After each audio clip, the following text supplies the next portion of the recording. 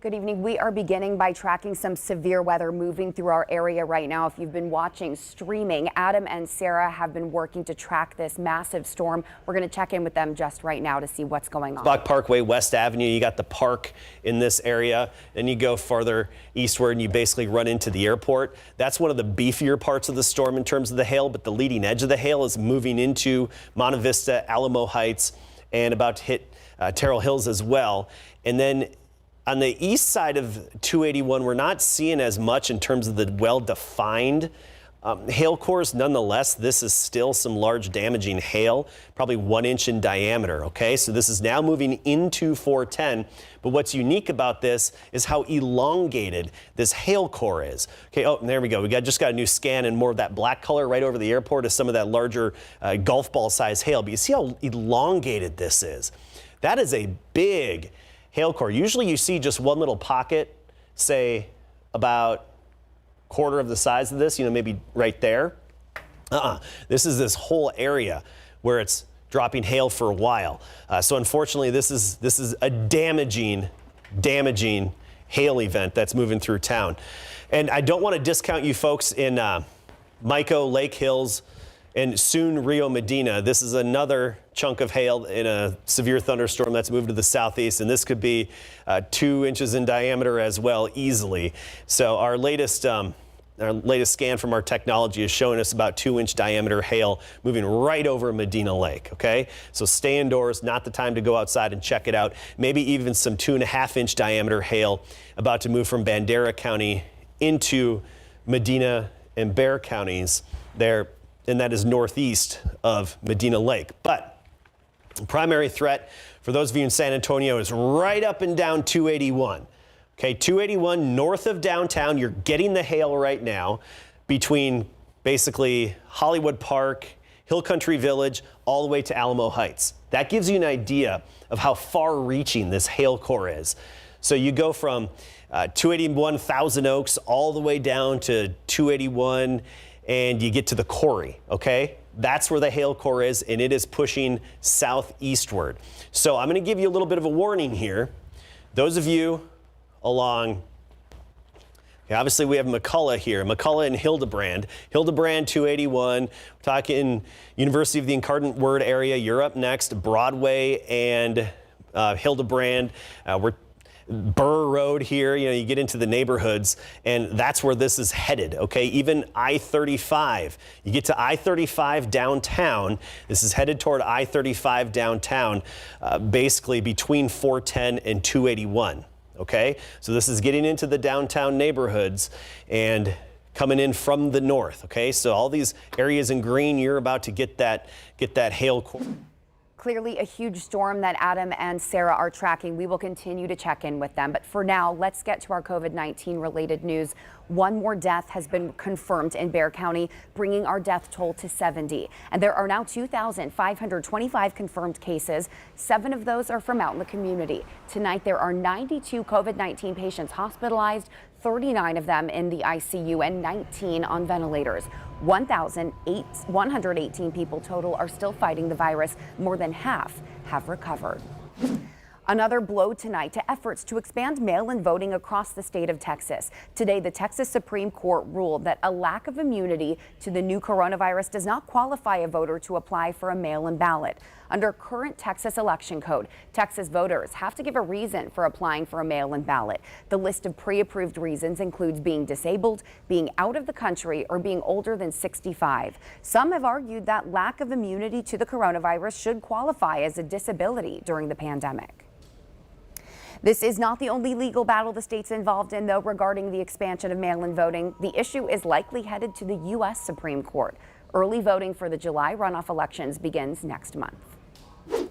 The coronavirus pandemic is leading to a staggering number of job losses across the country. And a new Washington Post Ipsos poll shows that Hispanics have been hit particularly hard. RJ Marquez spoke to a Washington Post reporter about those survey results and what's causing these disparities. Unemployment rates for Hispanics rose to a record 18.9% in April, compared to 16.7% for blacks, 14.5% for Asians, and 14.2% for whites.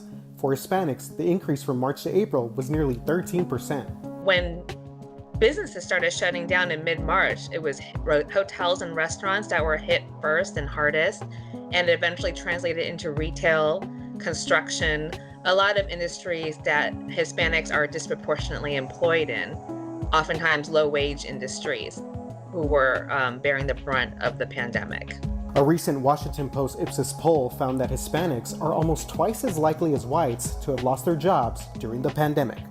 The Hispanic number, 20% of respondents said they have lost a job since the pandemic started, compared to about 11% of white workers. And that number is higher for Hispanic men. 22% responded to the poll saying they had been laid off or furloughed. One of the reasons that people think Hispanic men were hit the hardest is because they're really overrepresented in the construction sector. They make up more than 25% of construction workers nationally. Another key finding from this poll, a lot of industries that have been hit hard disproportionately employ women. This includes retail and restaurant industries and caretaking jobs. Young workers are also more likely to be affected. The Labor Department reported the unemployment rate for teens between 16 and 19 years old was nearly 32% in April. Many teens who come from economically disadvantaged areas help their parents with bills and other costs. A lot of those young people are working because they have families, maybe not their own children, but their parents, their extended household members that they need to take care of. And so we can't discount that impact on them for the long term. Thank you, RJ. The latest numbers from the Texas Workforce Commission showed San Antonio's unemployment rate surpassed 13% last month. Businesses across the state are reopening, but the impact of these job losses is expected to be felt for years to come. San Antonio water parks are working to get their grounds ready for reopening after the governor announced they can do so starting Friday. Many of them have set their eyes on a mid-June date. Others still working to finalize a plan. James Kinney, vice president of Splashtown, says they have a lot of painting and hiring to do. Some 150 positions will be available this summer. Kinney says the social distancing guidelines are an additional challenge. I'm still frantically ordering face masks and sanitizer stations, signage for COVID protocol. There's just a lot of new things that we've got to do to get ready this year. And honestly, 2 weeks ago, we didn't even know if we were opening this entire season at all. Because parks can only operate at 25% capacity, they urge customers to buy tickets ahead of time to ensure entry. Let's turn now to tonight's 9 at 9, including the death of a prominent gay rights advocate. A Good Samaritan helps pull a driver from a burning car, and it was all caught on camera. Plus, a new study sheds light on how many healthcare workers have become ill while caring for COVID-19 patients. Here's tonight's 9 at 9. The mayor of Minneapolis is calling for the officer involved in the death of George Floyd to be arrested. Why is the man who killed George Floyd not in jail? If you had done it, or I had done it, we would be behind bars right now. George Floyd's final moments were captured on a disturbing video that has now been viewed millions of times and sparked ongoing protests. All 4 police officers involved in his arrest have been fired. Gay rights activist Larry Kramer has died at the age of 84. His husband says the cause was pneumonia. During his lifetime, Kramer worked to make the country view the AIDS crisis as a public health emergency. He founded the first organization to offer support and advocacy for AIDS patients. And Dr. Anthony Fauci says Kramer played an essential role in drug regimens to help people with HIV live longer. An amazing act of heroism was caught on camera in Massachusetts. A Good Samaritan stopped to pull an injured driver from a fiery crash. The unidentified hero pulled the driver to safety and even held his hand while they waited for an ambulance. Tens of thousands of doctors and nurses have gotten sick from taking care of COVID-19 patients. That's according to a new report out by the Centers for Disease Control and Prevention. The federal agency says more than 62,000 healthcare professionals have contracted the coronavirus in the U.S., and at least 291 healthcare workers have died from the virus. What was supposed to be a historic day turned into a bit of a disappointment. The first ever manned SpaceX flight has been postponed to Saturday, May 30th. The launch had to be pushed back due to rounds of storms sweeping through the Cape Canaveral area. If the launch happens this weekend, it will be the first time in almost a decade that 2 American astronauts will launch into space from U.S. soil. As the weather gets warmer and you start to spend more time outside, be on the lookout for ticks. The pests carry Lyme disease and other illnesses. Experts are seeing a high incidence of Lyme disease in the Midwest, Northeast, and Mid-Atlantic states. That could be from a population surge of ticks, more people spending time outside, or a combination of both. At least 6,400 San Antonio businesses and nonprofits received bundles of personal protective equipment and safety supplies today. The city of San Antonio provided the supplies, which it bought with the money from the CARES Act in a drive-through event at the Alamo. Businesses and nonprofits with 25 or fewer employees were able to register ahead and get kits with face coverings, hand sanitizer, and a thermometer. So that is going to at least start us off, and then we'll be able to get some more later on. Ford has announced a new tool to help neutralize COVID-19 inside police cars. It's a heated software enhancement that temporarily raises the interior temperature of a car to at least 133 degrees for 15 minutes. Ford says that's hot enough and long enough to kill more than 99% of disease-causing germs. Ford tested the software on police cars in several states. It's now available on all 2013 to 2019 Police Interceptor utility vehicles, which is a version of the Ford Explorer SUV.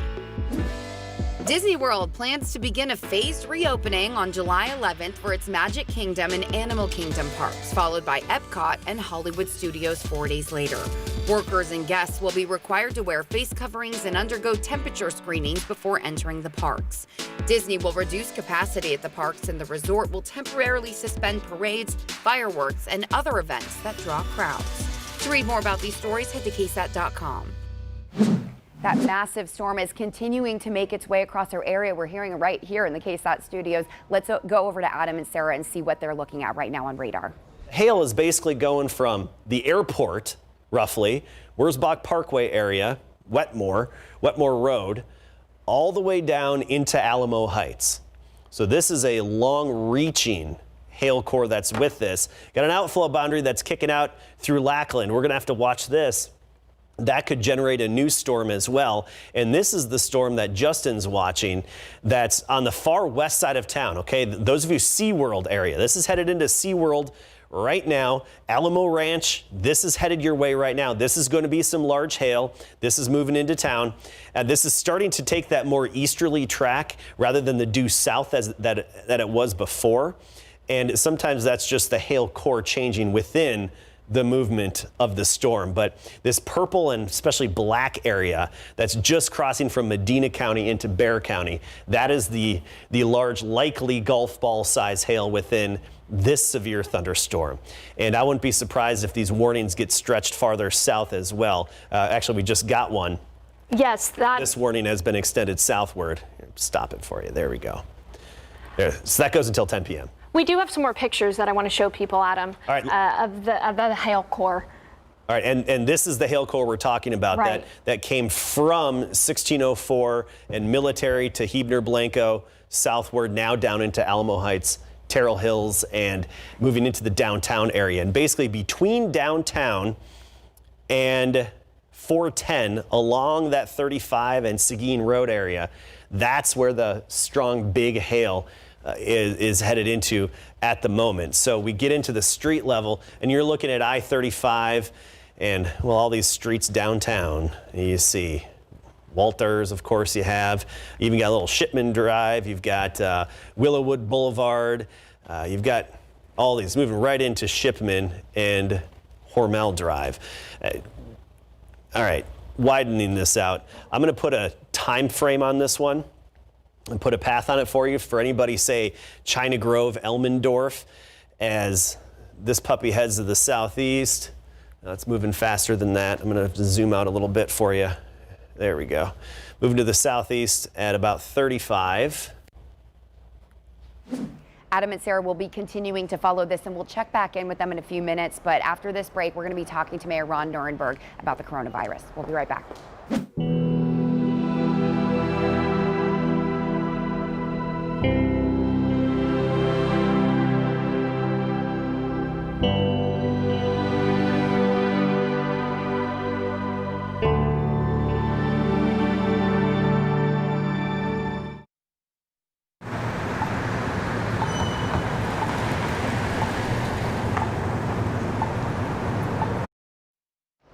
This storm passing over us right now downtown. We've got hail on our roof at KSAT, and Adam and Sarah are still tracking this. Let's head into the studio to see what they're looking at right now on the radar. It's hail, so this is primarily golf ball size hail. Ooh, sounds like you're in it, Justin. Yeah, we're driving into the thick of it now. We're right at about Helotes. We're coming up on Shanefield Road, and right now just heavy rain. We're not in the core, and we're going to probably try to avoid the core if we can, but I want to show you just how heavy the rain is, coming down in sheets, and we're probably just east of that hail core right now. Some pretty gusty winds, too, and this is not fun to drive in. So Sarah's made a great point there. If you don't have to travel tonight, you probably don't want to do it. The winds are really starting to pick up as well. It's been very electrical. So far, where we are, right here at 64 and Shanefield Road, no hail. But I can guarantee you, if we go up just a little bit further, we're going to start to run into some of that hail. We'll keep you posted there on what we see. And unfortunately, this is that same area, Adam, as you pointed out, that got hit by the tornado just a couple nights ago. So some bad luck there, guys. Yeah, and Justin, you know, we're watching that hail core move through, and this may turn into an event where you go assess damage for us, too, as we approach the night beat to check it out. Okay, so here's the view of these 3 separate severe thunderstorms, all with big hail, golf ball size. Biggest one right now is hitting Alamo Ranch and SeaWorld, Wild Horse Subdivision. You're getting some hail. I'm sorry, I know it's the last thing you need right now after the confirmed touchdown and the straight line winds. But this is a different vantage point of these storms and just how big they are and how far reaching and how tall they are. Look at this. I'm going to give you that 3D view of them. Get rid of this. And look at that. They're stretching all the way up to 50,000 feet. And that's one reason why they're causing such large hail. And we can split this one right in. What I like to do with these is take the corner and put it on the edge of the storm and then tilt around and get a better view. But this gives you your bearings for the south and east and whatnot. We'll be right back after this. This pandemic is ever changing, and it can be an information overload, and some of that information isn't even true. So we take this time in our show to feature a local expert and ask questions from you, our viewers. Tonight we're joined by San Antonio Mayor Ron Nirenberg. Mr. Mayor, thank you so much for being with us. Thanks for having me, Courtney. We want to start with Governor Abbott's announcement this week, reopening Texas. It included reopening water parks, amusement parks, sports for adults. A lot of people, each phase that he announces this reopening, want to know from our local leaders, is this too soon, do you think, to open these types of businesses? You know, with each successive opening that the governor has performed, we know that it's going to introduce more activity to our community. And so there's going to be more vectors for infection. The challenge for that is that we don't have the benefit of data to see how the previous phases of opening worked and whether or not we're staying on track. So it is a bit hasty. The good news for San Antonio, though, is that we have been in a very strong position with all of our indicators. Everything that we track to make sure that we can begin to open safely is in a good spot. But, you know, we want to make sure it stays there, and the speed at which we are opening prevents us from really watching to see the effects of each stage. We hope it works, but we're going to be vigilant. Absolutely. Keep looking at that curve for sure. Sticking with the economy, last week we heard from you and Judge Wolf about that $1.5 million micro business grant that is incoming. A lot of our viewers, once that was announced, said what businesses can apply, when can they apply, and is this first come, first serve like that last round of loans and grants? Yeah, so the good news for the city, businesses in the city and the county is that there is a real focused effort from the Commissioners Court as well as City Council to make resources available from the CARES Act directly available to our small business community. The county has gone through already a funding process. The City Council starts that tomorrow, and we look to ratify that plan on June 4th, which is the following week. Once those funds are allocated, people can go to our website, covid19.sanantonio.gov. There's an assistance button, and there's resources underneath the small businesses that people will be able to access. It will be administered through the LIFT Fund, and we're looking to put a substantial amount of funding in there to help our small business community. I know they'll be happy to hear that. We need them. They're the backbone of our economy. Absolutely. Let's turn to some medical questions now. As today in your briefing, you said that hospital numbers are slightly up. We're now at 92, and we know those have been slightly increasing. Are those hospital increases concerning to you as we continue, as we were just talking about, to open more businesses? Yeah, the uptick in hospital patients positive for COVID-19 is a concern, but it's just one of many indicators that we're watching. The good news for us is that all the other indicators are trending in the right direction or are stable.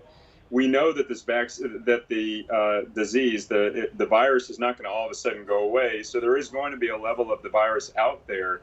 We have to work to contain it and make sure that the most vulnerable members of our community are safe from it. And the good news on that front is that we're doing that. The capacity numbers in the hospital are stable. The number of severe infections in our community in the hospitals are stable. ICU and ventilator numbers have stayed roughly in the same spot for about a month now. And all of the other warning in progress indicators that we watch, the doubling rate of infections, hospital capacity, the level of severity, all these other indicators are in the right spot. So we are watching that one indicator of a number of positives overall, just increase in the hospitals. We're going to remain vigilant on that, but everything else looks to be in place so far, and we're happy about that. And one things that we've talked about since the very beginning is the testing. You also mentioned in your briefing the pop-up testing locations that we've been doing at SAC and Highland High School starting tomorrow. You can go with a doctor's note, without a doctor's note, with or without symptoms. So this has kind of been an ever-changing thing. Is the end goal for you, for everyone in San Antonio in our area to have a test? Are you urging everyone and anyone to be tested? Well, you know, we've sort of hit our goal, which is not that everyone gets tested, but that everyone who needs a test can get a test or has access to a test. There are no barriers anymore. You don't have to have symptoms. You don't have to have a doctor's appointment. You don't have to have insurance or even money to be able to access a test. But you should have a reason to get a test. Again, this is a diagnostic to tell if you have the virus or not. The reasons for getting a test is whether or not you think you've been exposed to someone who has COVID-19, or whether you have even the mildest of symptoms. Then you should get a test. But you know, if you just want the reassurance that you don't have COVID-19, that's probably not a good reason to get a test. We have been working to make sure that we get up to 4,000, up to 3,000 testing capacity a day. We were trying to get to that number by June 1. Good news is we've far exceeded that number, and we've done it weeks in advance. We're already right around 4,000 test capacity a day. That number is higher than the actual demand for tests at the moment. We're really trying to push those tests out to make sure that people who need them understand there is no barrier to getting one. And that's good to point out. A lot of the medical experts we've been talking to, including some on your team, have said this is a point-in-time test. So you could still get it after that. You could have had it before, which is why the antibody test we've talked about as well. That's right. And the antibody test, again, is not sure science right now. The CDC just released guidance that the antibody tests are very inaccurate.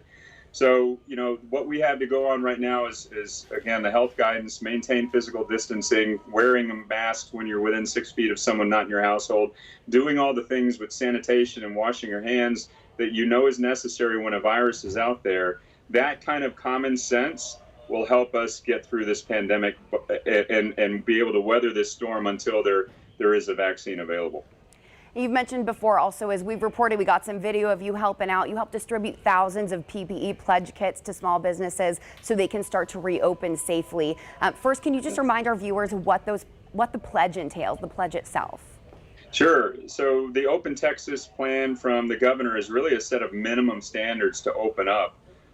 What our health community did and the business community here in San Antonio is come up with a set of best practices, those things that need to happen, that should happen in a particular business, whatever the sector may be, to give consumers confidence, to give employees the safety and the general public the safety that they need to know that we're going to open safely and that we can see a very, very vigorous recovery with this economic opening.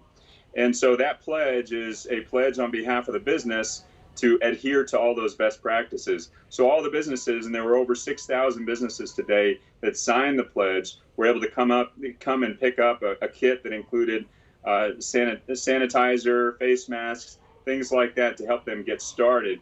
But that PPE, those materials are just one element of sticking to the pledge.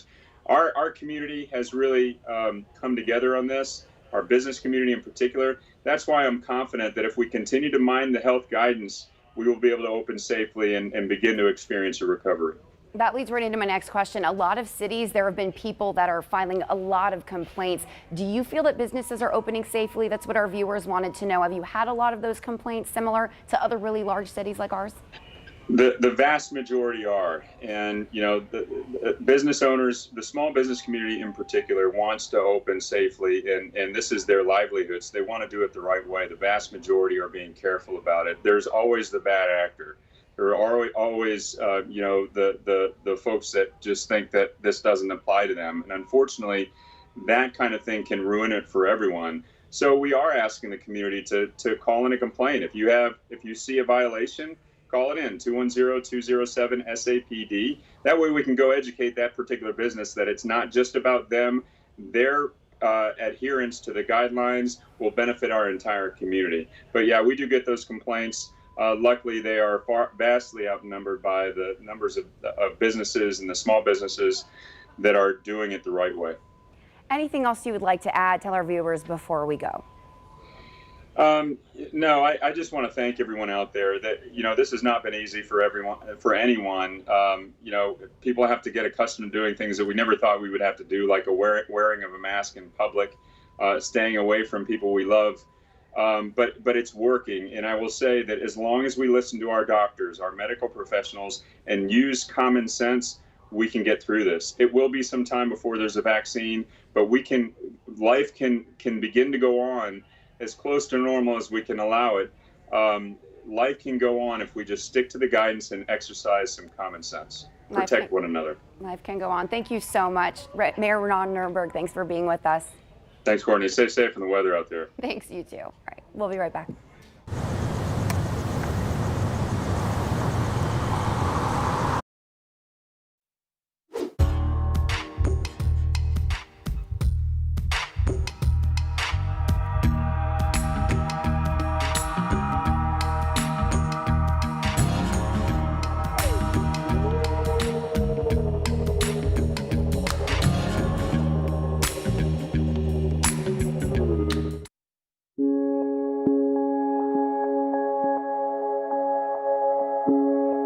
Turning to tonight's top stories, Southside ISD is explaining the district's decision to postpone its virtual graduation. The video shoot was pushed back after the district said one student came forward with concerns involving exposure to COVID-19. The shoot will now take place on June 9th through 11th, and in-person graduation is planned for July. Global tourism expected to plunge by 70% this year compared to last. That's according to the United Nations World Tourism Organization.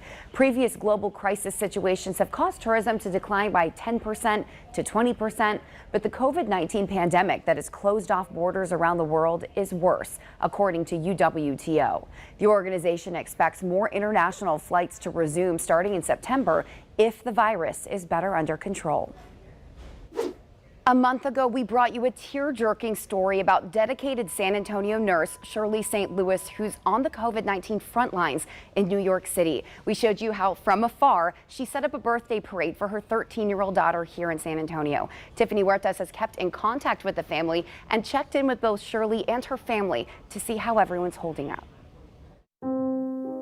I'm that very last person that this person, before they take their last breath, to pray with them, to hold their hands. When we talk about heroes on the COVID-19 front lines, we're talking about people like Shirley St. Louis, a San Antonio ICU nurse who's been in New York for 2 months. Shirley says what keeps her going is her faith and her family. Being out here just makes me realize how precious every moment is. While Shirley is away, her mom is helping take care of her children. I communicate with my mom on a daily basis, several times per day. We FaceTime, we talk, we video chat. Her kids know their mom is a hero, but admit it's been tough without her. They have been adjusting to learning online. You have to really adapt to it because, if you don't, you have to, ease into it because it's really hard not understanding, not having a teacher explain it to you. I want to be an example to my daughters and show them what it truly means to be a vessel that's serving God's purpose and doing good for people. It's clear distance couldn't possibly break these bonds. Love you. Thank you.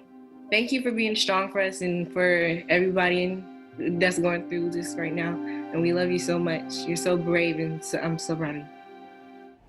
And thank you, Shirley, for everything you're doing. She's committed to staying in New York until June 20th. Well, right now we're going to go back to our weather tracking. The system is still moving through our area with heavy hail and heavy rain and wind. So let's see what Adam and Sarah are looking at back in our studio.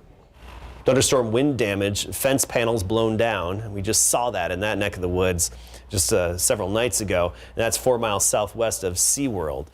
Then we have another hail report here. And this is 1-inch diameter hail. So that's the size of quarters.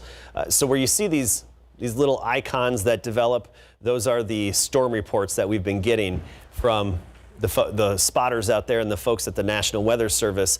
So you go look at the history of this storm and you see where the hail reports really started to come in.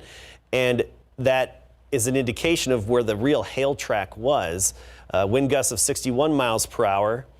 National Weather Service meteorologist measured that, and that was in Terrell Hills. Okay, so that was his anemometer in Terrell Hills. So 60 to 70 mile per hour gusts along with the large hail is what's ripping across town right now. Of course, you got basically almost all of us being affected by this, from the north side, the west side, to the southeast side of town, southwest side of town, getting hit right now with that hail. And I want to show you the hail track, because this shows you, there you go. See how those reports line right up with that hail track and that swath as determined by the radar technology. Not only that, you get it right here from Lake Hills over toward about Helotes and then southward. And these hail tracks, I'm going to get rid of the little icons so they're not distracting. All these hail tracks are headed basically southeasterly, okay?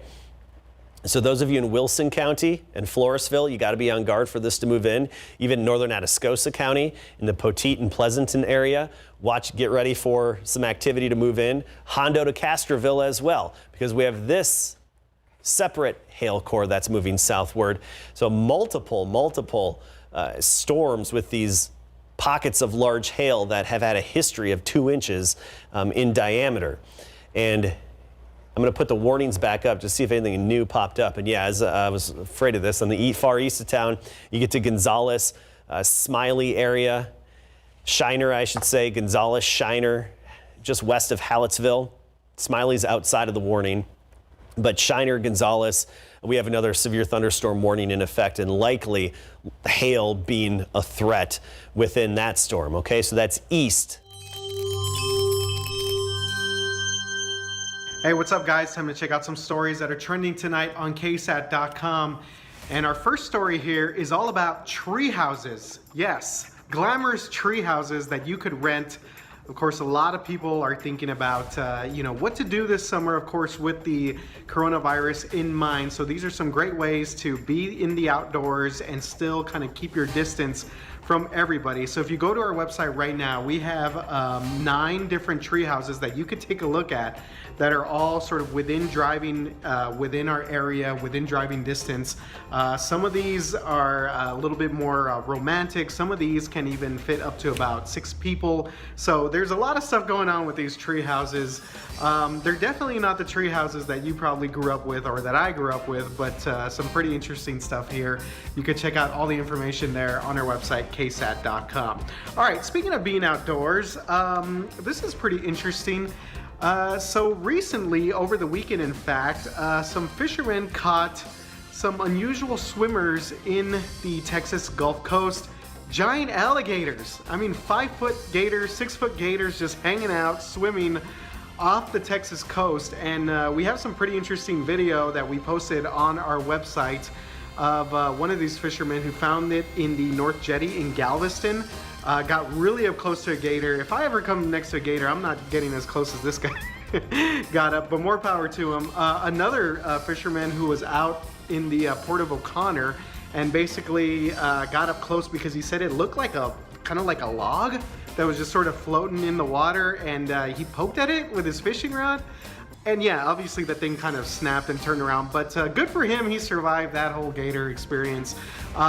So if you want, you could check out more videos of these guys swimming in the Texas Gulf Coast on our website, KSAT.com. Make sure to check that out. All right, last story of our day.